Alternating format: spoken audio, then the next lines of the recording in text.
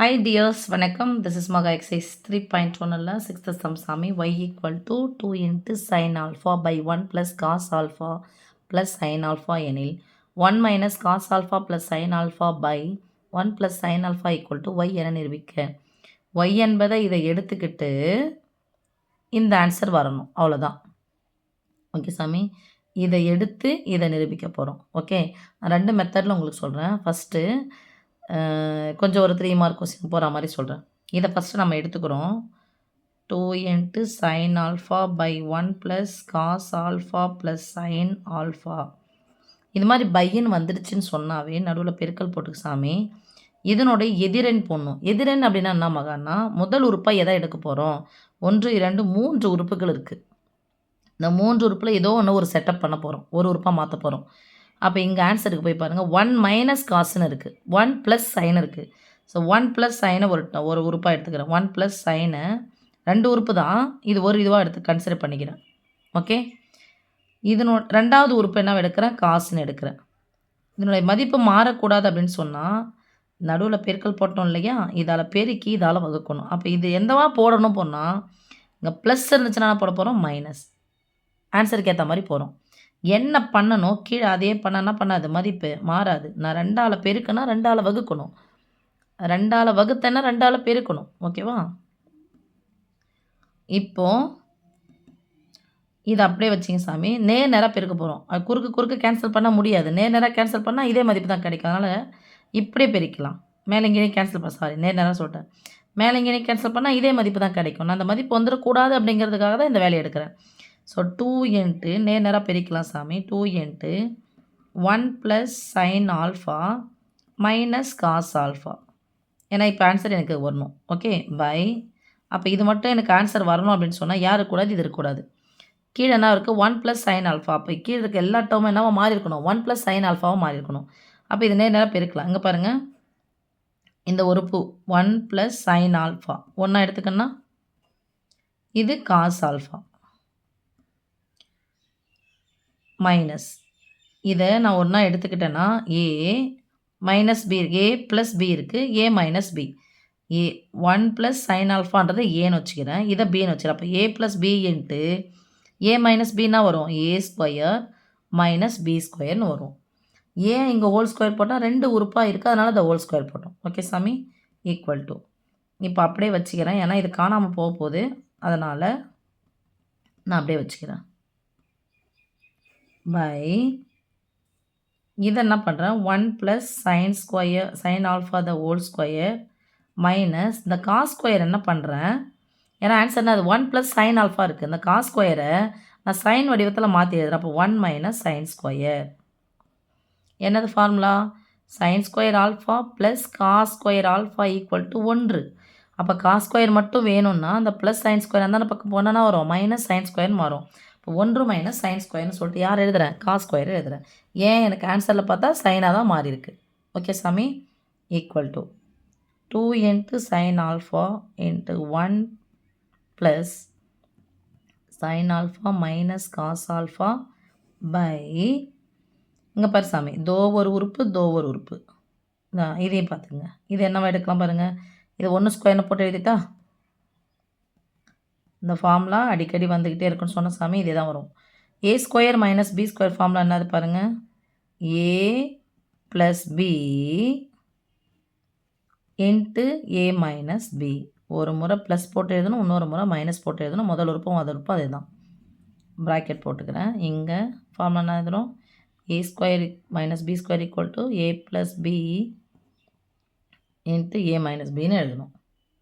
Okay, நான் சைடில் use பண்ணுற ஃபார்முலா எழுதி வச்சுருக்கேன். சொல்லலாம் ஈக்குவல் டு இது அப்படியே தான் வரப்போகுது.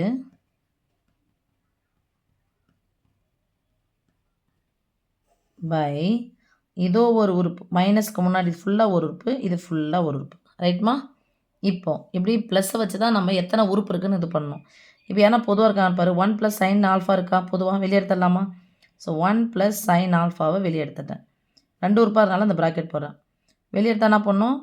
ப்ராக்கெட் போட்டால் கேன்சல் பண்ணணும். இந்த 1 டைம் எடுத்துட்டேன், இதை எடுத்துட்டேன். ஓகே, அப்போ மீதி என்ன இருக்கும்? மீதி ஒரு முறை இருக்குமா? அந்த ஒரு முறை என்ன அடிமானத்தை அப்படியே போடுங்க. 1 ப்ளஸ் சைன் ஆல்ஃபா இங்கே மைனஸ் இருக்குது சாமி. ஓர் 1 1 மைனஸ் சைன் ஆல்ஃபா. இங்கே என்ன இருக்குது? மைனஸ். மைனஸ் தான் என்ன பண்ணணும்? குறியை மாற்றணும். அப்போ இங்கே ப்ளஸ்ஸாக இருந்தால் மைனஸ் போட்டேன். மைனஸாக தான் என்ன பண்ணணும் சாமி? ப்ளஸ். மைனஸ் 1 ப்ளஸ் 1 ஆகிடுச்சு, கேன்சல் ஆகிடுச்சு. Equal to 2 into sign alpha into 1 plus sign alpha minus cos alpha by 1 plus sign alpha into இது ஒத்த உறுப்புகள் சைன் ஆல்ஃபா. ஒரு சைன் ஆல்ஃபாவும் கூட்டினா 2 சைன் ஆல்ஃபா. மேலே பெருக்கல், இங்கேயும் பெருக்கல். இது ஒன்றா ஆகிடுச்சு சாமி, கேன்சல் ஆகிடுச்சு.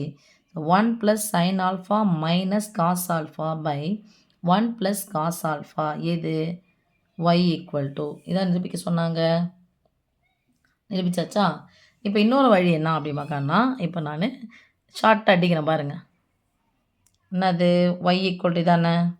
ஸோ இது ஒய்யு, இதுவும் ஒய் அப்படின்னு சொன்னால் இதுக்கு சமம்னா இது சமம்னா இதுவும் சமம் தானே. எடுத்துக்கிட்டாப்போ ஸோ சொல்லுங்கள் பார்க்கலாம். 2 இன்ட்டு சைன் ஆல்ஃபா பை வாய் தானே சொல்லுங்கள் சாமி கூட 1 plus cos alpha plus sign alpha equal to 1 minus cos alpha plus sign alpha by 1 plus sign alpha. நான் என்ன பண்ணுறேன்? இதை இந்த பக்கம் எடுத்துகிட்டு வரேன், இது எல்லாத்தையும் இந்த பக்கம் எடுத்துகிட்டு போகிறேன்.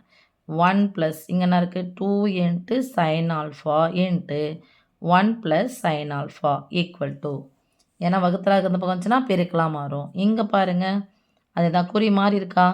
ஸோ 1 ப்ளஸ் சைன் ஆல்ஃபா நான் மாற்றி போட்டுக்கிறேன் ப்ளஸ் காஸ் ஆல்ஃபா இன்ட்டு இங்கே என்ன இருக்குது? 1 plus sign alpha minus cos alpha.